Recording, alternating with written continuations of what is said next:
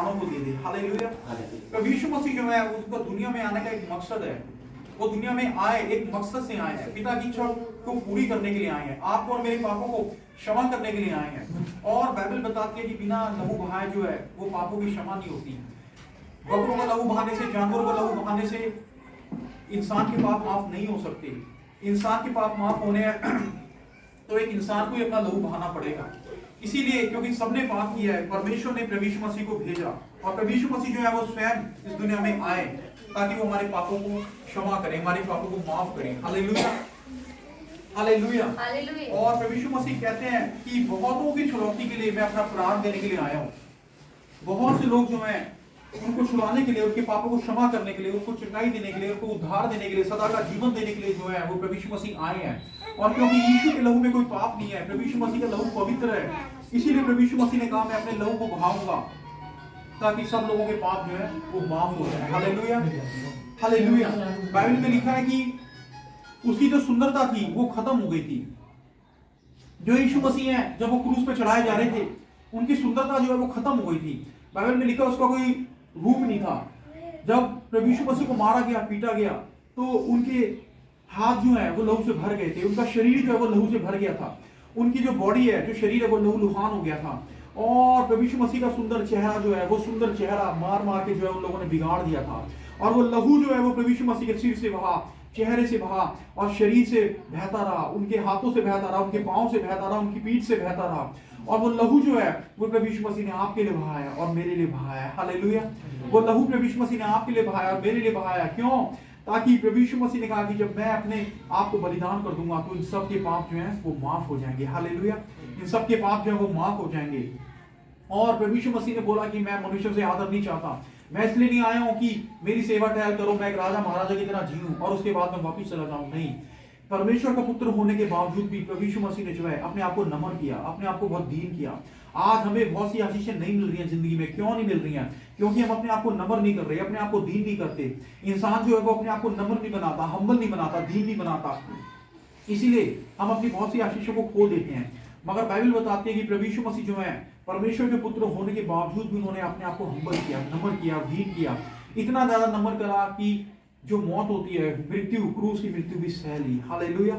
परमेश्वर ने क्रूस की मृत्यु भी सह ली। आज आपको और मुझे जो है वो हम्बल होने की जरूरत है, नम्र होने की जरूरत है, तब हम परमेश्वर से जो है वो सभी आशीषों को पा सकते हैं।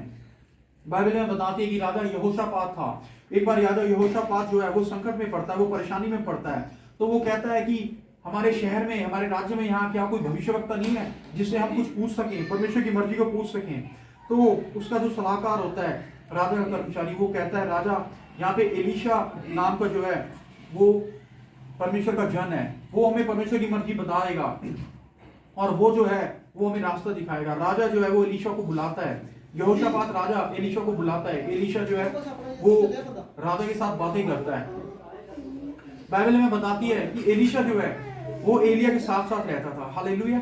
एलीशा जो है वो एलिया के साथ साथ रहता था और एलीशा ने जो है वो बहुत से आश्चर्यकर्म करे। एलिया ने जितने आश्चर्यकर्म करे थे उससे दुगने आश्चर्यकर्म एलीशा ने करे थे। पर एलीशा जो है क्या उसको हमेशा से सामर्थ्य मिल गई थी? नहीं, शुरू से उसको ये सामर्थ्य नहीं मिली थी। वो जो था वो एलिया के साथ रहता था और आप जानते हैं वो क्या करता था? एलीशा जो है वो एलिया के हाथ धुलाया करता था। ये जो हाथ होते हैं उसके हाथों को धुलाता था। वो इतना नम्र था, इतना दीन था कि वो एलिया के साथ साथ रहा। वो उसके हाथों को धुलाता था, उसकी सेवा करता था, जहां जहां वो एलिया जाता था वो वहां जाता था, उसके साथ रहता था। तभी भी उसने अपने आप को बड़ा बनाने की कोशिश नहीं की। हमेशा वो नम्र रहा, उसका स्वभाव नम्र था और उसको जो भी काम मिला एलिया के साथ, एलिया जो भी काम दिया उसने वो काम करा। एलिया ने कहा मेरे हाथों को धुला, तो उसके हाथों को धुलाता था। इतना नम्र वो रहा और नम्र रहने के कारण एक दिन ऐसा हुआ कि एलिया का जो दुगना मस्सा है वो एलीशा के ऊपर आया। हालेलुया। एलिया का जो दुगना मस्सा है वो एलीशा के ऊपर आया। क्यों? क्योंकि वो नम्र था। आज हमें भी अपने जीवन में नम्र रहने की जरूरत है और हमें भी अपने जीवन में हम्बल रहने की जरूरत है। अब्राहम जो है, बाइबल बताती है कि अब्राहम बहुत ज्यादा नम्र थे।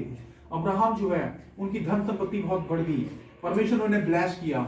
मगर एक समय उनके जीवन में ऐसा था कि जब परमेश्वर ने अब्राहम से कहा अब्राहम अपने घर को छोड़ दे, परिवार को छोड़ दे, रिश्तेदारों को छोड़ दे, तो अब्राहम ने कोई सवाल नहीं किया।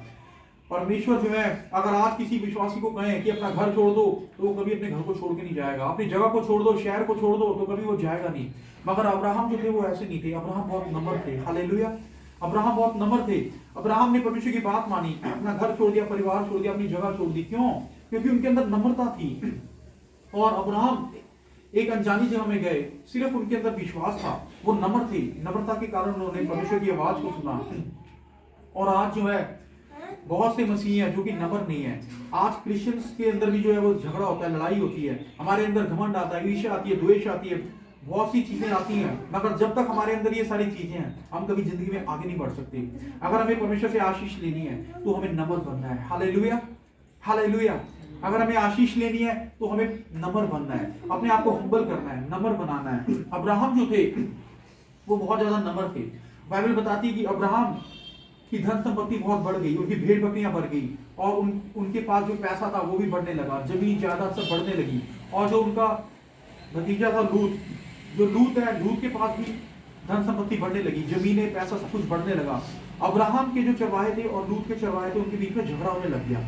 और जब झगड़ा होने लगा तो अब्राहम जो नम्र थे, अब्राहम ने लूत को अपने पास बुलाया, उसे बिठाया, उसे बिठा के समझाया कि लड़ाई नहीं करनी, झगड़ा नहीं करना, ये सारी जमीन जो है वो तेरे सामने है, जो तू लेना चाहता है ले ले। अगर तू पूर्व में जाएगा तो मैं पश्चिम में चला जाऊंगा, तू पश्चिम में जाना चाहता है तो मैं पूर्व की तरफ चला जाऊंगा। मगर अब्राहम ने प्यार से बुलाया दूत को, उसे बिठाया, उसे समझाया। अब्राहम चाहते तो झगड़ा कर सकते थे, अब्राहम चाहते तो अपना हुक्म चला सकते थे, उसे कह सकते थे कि तुझे मेरी बात माननी पड़ेगी, मैं बड़ा हूं, मैं बुजुर्ग हूं, जो मैं कहूंगा तुझे वो करना पड़ेगा, तू मेरे आगे बोल नहीं सकता। आज बहुत से मसीह जो है संसार के लोगों की तरह झगड़ा करते हैं, लड़ाइयां करते हैं। हमें लड़ाई झगड़े नहीं करने, ईर्ष्या नहीं रखनी, द्वेष नहीं रखना, बैर नहीं रखना, इसीलिए हम अपनी आशीषों को खो रहे हैं। आज हमें नम्र बनना है। हालेलुया, हमें नम्र बनना है, अपने स्वभाव को नम्र रखना है। अब्राहम जो थे उन्होंने प्यार से लूत को बुलाया, उसे समझाया हम नम्रता से। और अब्राहम ने जो है वो पैसे को अहमियत नहीं दी, बल्कि अब्राहम ने परिवार को अहमियत दी थी। हालेलुया। आज बहुत से लोग जो है वो पैसे को अहमियत देते हैं, परिवार को अहमियत नहीं देते। मगर अब्राहम जो है उन्होंने परिवार को अहमियत दी। उन्होंने कहा मेरा परिवार मेरे साथ रहेगा, और चाहे पैसा हो या ना हो, मगर उन्होंने परिवार को अहमियत दी। लूत जो था उसने परिवार को अहमियत नहीं दी, उसने पैसे को अहमियत दी थी। उसने सोचा कि हरी हरी जो चराइयां ये सारी मेरी हो जाए, ये जमीन मेरी हो जाए, और मेरे पास सब कुछ रहे। और बाइबल बताती है उसने हरी हरी चराइयों को देखा तो उसने कहा ये सब कुछ मुझे मिल जाए, अपने दिल में ऐसा सोचा, और सारी अच्छी अच्छी जो जमीन थी वो उसने ले ली। मगर बाइबल बताते कि बाद में उसका परिवार जो है वो नाश हो गया था। उसकी पत्नी जो है वो नमक का खंबा बन गई थी, उसकी बेटियां जो है उनकी भी जिंदगी बर्बाद हो गई थी। और क्यों? क्योंकि उसने जो है लालच करा, अच्छी अच्छी चीजों का, जमीन का, पैसे का, इन सबका लालच किया। उसने जो है परिवार को अहमियत दी, पैसों को अहमियत दी थी। मगर अब्राहम जो है उन्होंने परिवार को अहमियत दी, और परमेश्वर ने बाद में उन्हें बहुत सारी धन संपत्ति से, पैसे से, सब कुछ देकर उनको ब्लेस किया। परिवार भी उनके साथ था और धन संपत्ति भी उनके साथ थी। Hallelujah, hallelujah. आज हमें पैसे के पीछे नहीं भागना, घमंडी नहीं होना, सिर्फ ये नहीं सोचना कि हमें पैसा मिल जाए, जमीन मिल जाए, घर मिल जाए तो हमें सब कुछ मिल गया। आज हमें परमेश्वर के पीछे भागना है। हालेलुया। आज हमें परमेश्वर की आवाज को सुनना है। जैसे प्रभु यीशु मसीह ने अपने आप को नम्र करा, अपने आप को दीन किया, ऐसे आज हमें अपने आप को जो है वो नम्र करना है, अपने आप को दीन करना है। और बाइबल में बताती है जिन लोगों ने अपने आप को नम्र करा, अपने आप को दीन किया, परमेश्वर ने उनको बहुत ज्यादा आशीष दी। ओबेदेदोम एक ऐसा इंसान था, बाइबल बताती है, जो कि नम्र था। और ओबेदेदोम जो है, जब परमेश्वर की वाचा का संदूक उसके घर में आता है तो परमेश्वर उसे बहुत ब्लेस करते हैं। हालेलुया। परमेश्वर उसे बहुत ब्लेस करते हैं। क्यों? क्योंकि वो नम्र था। जब 3 महीने वाचा का संदूक उसके घर के अंदर रहता है तो उसके घर में आशीष आने लग जाती है, उसकी पत्नी के ऊपर, बच्चों के ऊपर, परिवार के ऊपर, घर के अंदर आशीष आने लग जाती है। क्यों? क्योंकि वो नम्र स्वभाव का था। वो अपने दिल में कहता है कि जो परमेश्वर मुझसे कह रहे हैं वो मैं करूंगा। हालेलुया। वो कहता है जो परमेश्वर की इच्छा है वो पूरी हो, जो परमेश्वर मुझसे कह रहे हैं वो मैं करूंगा। और जब ओबेदेदोम जो है वो नम्र था, इसीलिए परमेश्वर की आशीष उसके ऊपर आने लग जाती हैं। हालेलुया। परमेश्वर की आशीष उसके ऊपर आने लग जाती हैं, उसके घर के अंदर आने लग जाती हैं, उसकी पत्नी के ऊपर, बच्चे के ऊपर परमेश्वर की आशीषें आने लग जाती हैं। और सिर्फ 3 महीने के अंदर जो है वो बहुत ज्यादा ब्लेस्ड हो जाता है। हालेलुया।